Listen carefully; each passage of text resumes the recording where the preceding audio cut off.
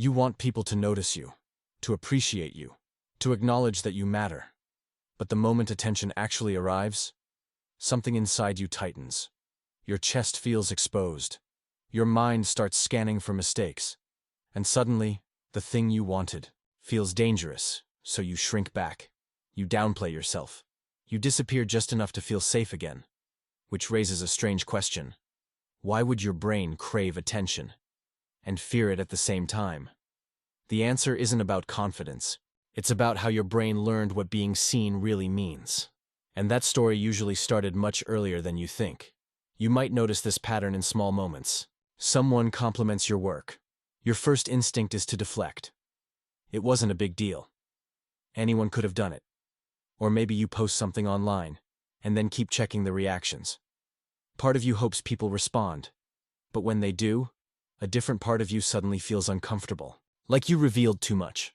The same thing can happen in conversations. You want people to understand you, to know who you really are. But when the conversation gets personal, you pull back. You change the subject. You make a joke. You redirect the attention somewhere else. And over time, this creates a strange identity tension. You feel invisible sometimes, but full visibility feels overwhelming. So you live somewhere in the middle, not fully hidden, but never fully seen. Psychology has a name for this kind of internal conflict. It's called an approach-avoidance pattern. Your brain moves towards something, while simultaneously trying to escape it. The result is emotional friction, and that friction can quietly shape how you show up in relationships, work, and even your sense of identity. But here's the part most people misunderstand. This pattern isn't a personality flaw. It's an adaptation. Your brain didn't create this contradiction randomly. It learned it. Because at some point in your life, attention carried mixed signals. Maybe attention meant praise sometimes, but criticism other times. Maybe being noticed meant approval one day, and embarrassment the next. The brain is very sensitive to patterns like this, especially during childhood. When attention becomes unpredictable, the brain learns a complicated rule. Attention is valuable, but also risky. So your mind builds a compromise. Seek attention, carefully, but limit exposure. Enough visibility to feel valued, not enough to feel vulnerable.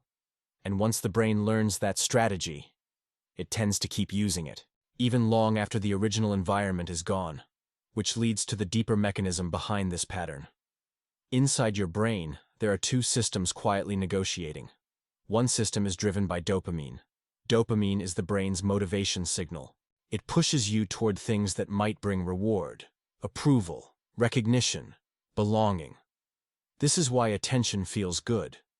But another system is watching just as closely. The threat detection system, centered around the amygdala. Its job is to ask one question. Could this attention turn into rejection? When both systems activate at the same time, your brain enters a push-pull state. Here's a simple mental model. Imagine a spotlight. Dopamine wants you to step into it. The amygdala worries that once you're there, everyone will start judging. So instead of fully stepping into the light, you hover at the edge. Visible, enough to matter, hidden enough to escape. Over time, this becomes an identity pattern. You crave recognition, but your brain keeps regulating how much exposure feels safe. And until that system changes, the tension doesn't disappear. It just shows up in new situations. Which raises the real question. How do you retrain a brain that learned to fear visibility? Not by forcing confidence, but by slowly teaching your nervous system that being seen doesn't equal danger. Here are 4 principles that help the brain relearn that safety. 1. Practice controlled visibility. Instead of avoiding attention entirely, create small exposures. Say one honest opinion in a meeting. Share one real thought in a conversation. Why it works. The brain learns safety through gradual exposure. When small moments of visibility don't lead to rejection, the amygdala updates its threat prediction. Example. You speak once during a discussion instead of staying silent the entire time. Nothing catastrophic happens. Your brain logs that experience. 2. Separate attention from evaluation. Your brain often assumes attention equals judgment. But those are different processes. Attention simply means someone noticed something. Evaluation comes later. Why it works. Cognitive psychology shows that labeling experiences more precisely reduces emotional reactivity. Example: when someone looks at you during a presentation, instead of thinking they're judging me, you shift the frame. They're paying attention. 3. Let compliments land. Many people instinctively reject praise, but every time you dismiss a compliment, you reinforce the idea that attention is unsafe. Instead, pause.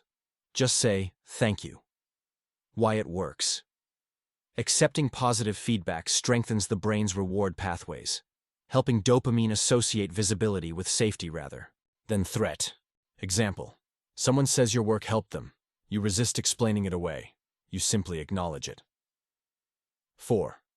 Allow partial imperfection. The fear of being seen is often the fear of being seen imperfectly. But perfection is not what creates connection. Psychological research on social bonding shows people trust others more when they reveal small flaws. Example: admitting you were nervous during a presentation instead of pretending total confidence. That honesty actually increases trust. 6. Integration.